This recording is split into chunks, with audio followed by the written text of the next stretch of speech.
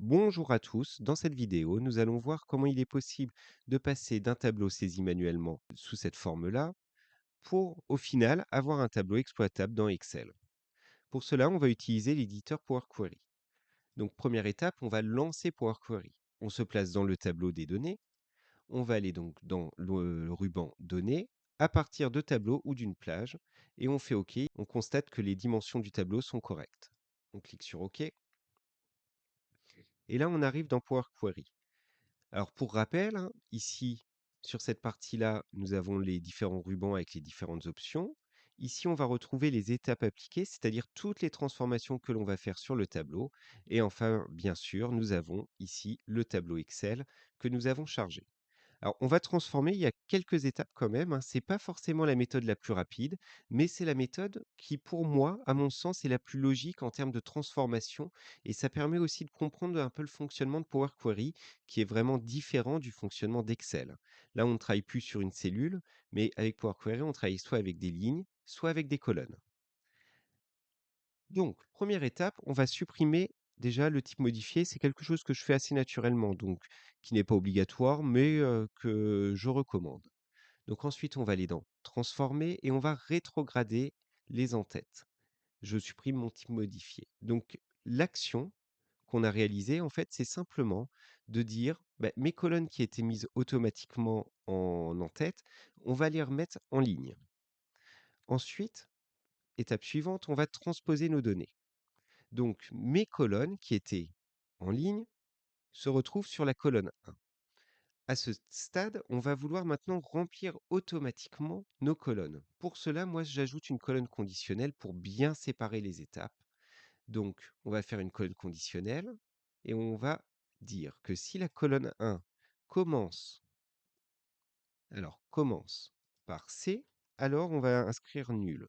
Sinon, je veux justement entrer la valeur de la colonne 1. On fait OK. Et là, en fait, ce qu'on a fait, on a simplement remplacé colonne 1 par nul. Et s'il y a une date, on rajoute la date. Ce qui va nous permettre, dans le ruban transformé, de remplir vers le bas les informations. On n'a donc plus besoin de la colonne 1. La colonne 1 va être donc supprimée. Donc on peut faire clic droit sur la colonne 1, supprimer, et on va déplacer notre colonne personnalisée en première colonne, justement pour gagner en lisibilité. Maintenant, au niveau des colonnes, on a bien personnalisé et colonne 2 qui vont être fusionnées. Alors pour fusionner, on va faire transformer, fusionner les colonnes avec un séparateur point virgule.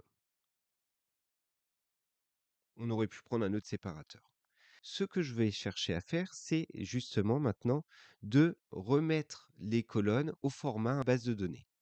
Donc, on n'y est pas encore, mais c'est bientôt terminé. On va retransposer donc nos valeurs. On va maintenant utiliser nos en-têtes, 0101 soir, matin, etc., etc., en en-tête de colonne. Donc pour cela, on va dans Transformer, utiliser la première ligne pour les en-têtes et utiliser la première ligne pour les en-têtes. On a presque terminé.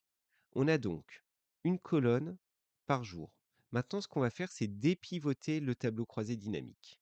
On va sélectionner la première colonne, clic droit, dépivoter les autres colonnes. Le tableau ressemble vraiment à quelque chose de beaucoup plus clair. Il ne reste donc plus qu'une étape technique, on va dire, une étape technique, qui est de scinder cette colonne en deux. Donc pour cela, très simplement, on va sélectionner notre colonne et on va aller dans fractionner colonne par délimiteur. Notre délimiteur, on se souvient, c'est un point virgule, on fait OK. Et là, notre tableau ressemble à une base de données, on va dire, un peu plus traditionnelle, avec le nom du salarié, donc on va pouvoir renommer les colonnes, la date, on va dire la période, et on va rester valeur, c'est très bien. Maintenant, il ne reste plus qu'à charger l'information. Donc, on va fermer et on va charger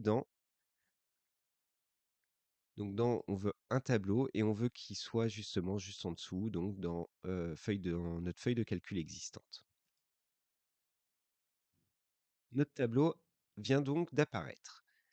On peut vérifier, par exemple, le nom 1 le 3 janvier au matin, le nom 1 le 3 janvier au matin, c'est bien 100, et le nom 2 au 3 janvier au soir, c'est 122.